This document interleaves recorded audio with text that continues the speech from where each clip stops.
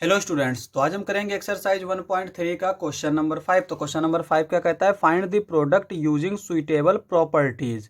तो हमें कुछ सुइटेबल प्रॉपर्टी का इस्तेमाल करके इन सब का प्रोडक्ट फाइंड आउट करना है। तो यहाँ पे हम ए वाले पार्ट से स्टार्ट करते हैं। ए वाला पार्ट अगर हम देखें तो यहाँ पे ये 26 है, ये -48 है, यहाँ पे ये -48 है, -36 है। तो यहाँ पे अगर हम देखें तो ये चीज़ और ये चीज़ कॉमन है। तो यहाँ पे हम कौन सी प्रॉपर्टी लगाएंगे, डिस्ट्रीब्यूटिव प्रॉपर्टी। तो ये डिस्ट्रीब्यूटिव प्रॉपर्टी क्या होती है, A into B plus C is equals to A into B plus A into C. ये होती है हमारी डिस्ट्रीब्यूटिव प्रॉपर्टी। तो यहाँ पे ये जो क्वेश्चन दे रखा है वो इस फॉर्म में लिखा हुआ है, ठीक है, और ये हमारा इसके इक्वल है, तो हम इस क्वेश्चन को इस फॉर्म में लिख सकते हैं। तो यहाँ पे देखो ये ए है, ये ए है, तो ए कॉमन था, तो कॉमन को हमने बाहर लिख रखा है। तो सिमिलरली यहाँ पे -48 है, -48 है, तो -48 को हम बाहर लिख लेंगे। यहाँ पे क्या बचेगा, यहाँ पे मल्टीप्लिकेशन वाला लगाएं या फिर ना लगाएं, 26 बचेगा, और यहाँ पे क्या बचेगा, प्लस का माइनस का 36। अब यहाँ पे -48 को ऐसे ही लिखा रहने देते हैं, इंटू 26 प्लस माइनस माइनस का 36। अब यहाँ पे -48 इंटू, अब एक चीज़ देखो, ये 36 है, 36 में से अगर हम 26 को माइनस करें तो 10 आएगा, ठीक है, और जो साइन है वो बड़े नंबर का आएगा, यानी कि माइनस का 10 आएगा। तो यहाँ पे लिखेंगे -10।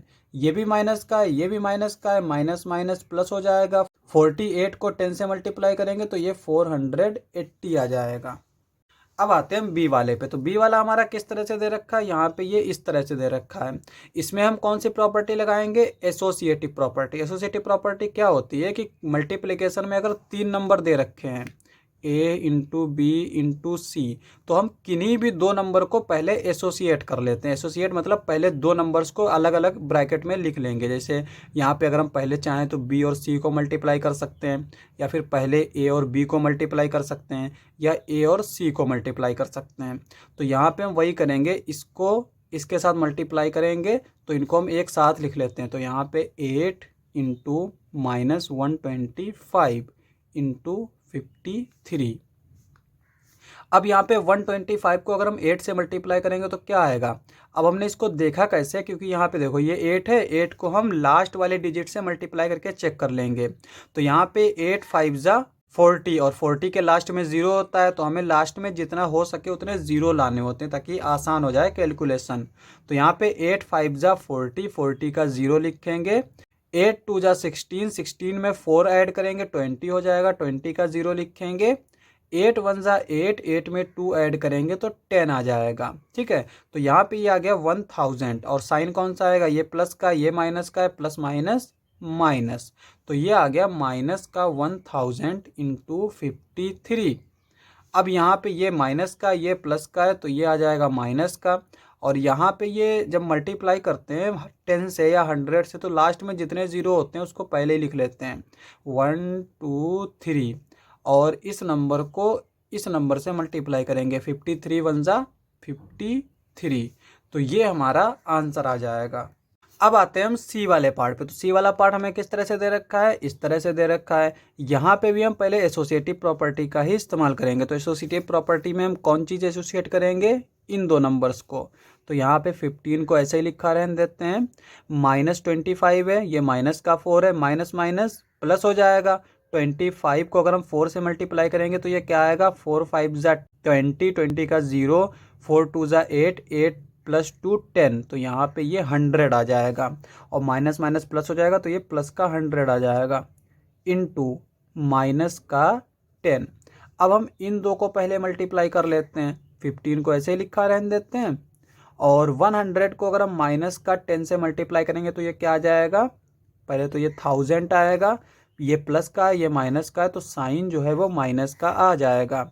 15 को 1 से मल्टीप्लाई करेंगे तो 15 1 जा 15, और ये 3 0 आ जाएंगे, 1 2 3, माइनस का साइन लग जाएगा।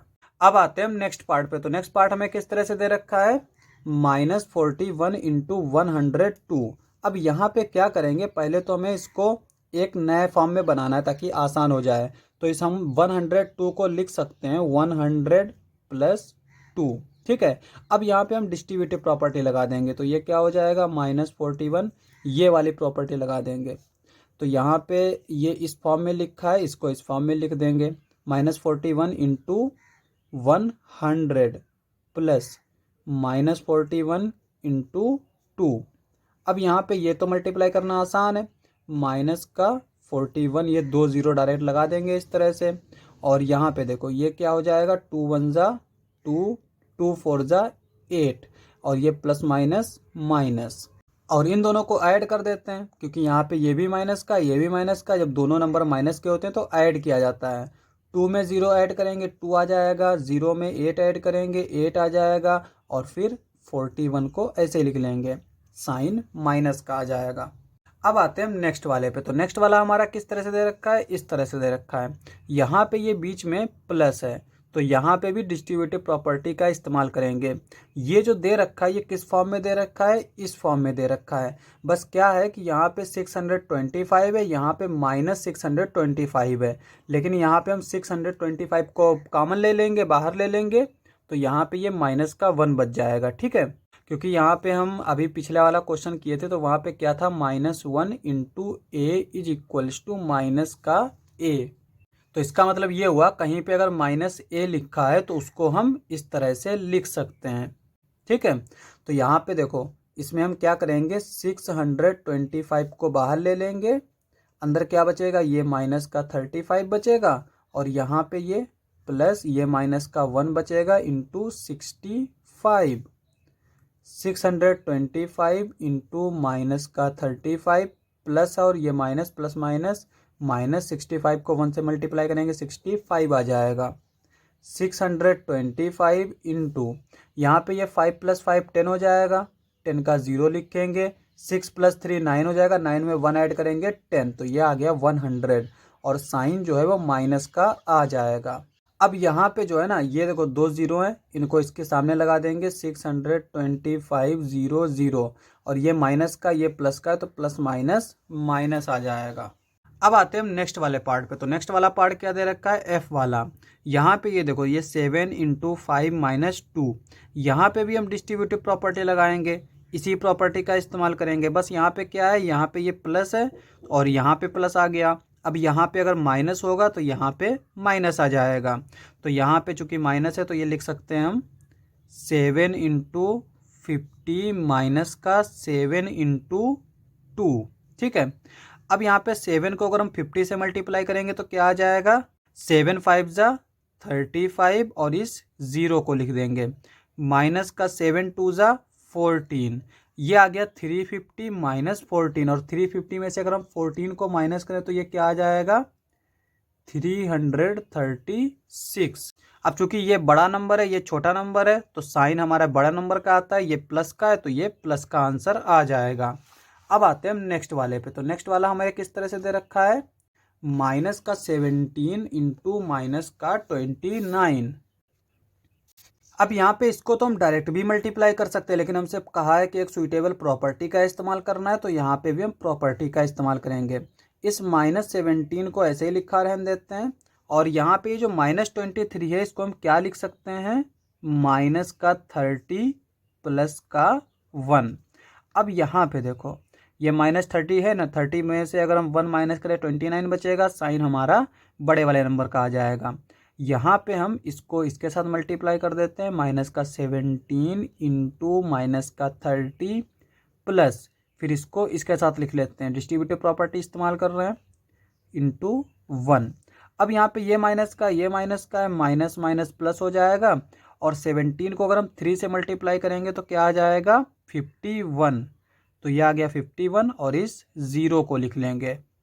यहाँ पे ये 17 को 1 से मल्टीप्लाई करेंगे 17 आ जाएगा, प्लस माइनस माइनस, 510 में से अगर हम 17 को माइनस करें तो ये क्या आ जाएगा, 493।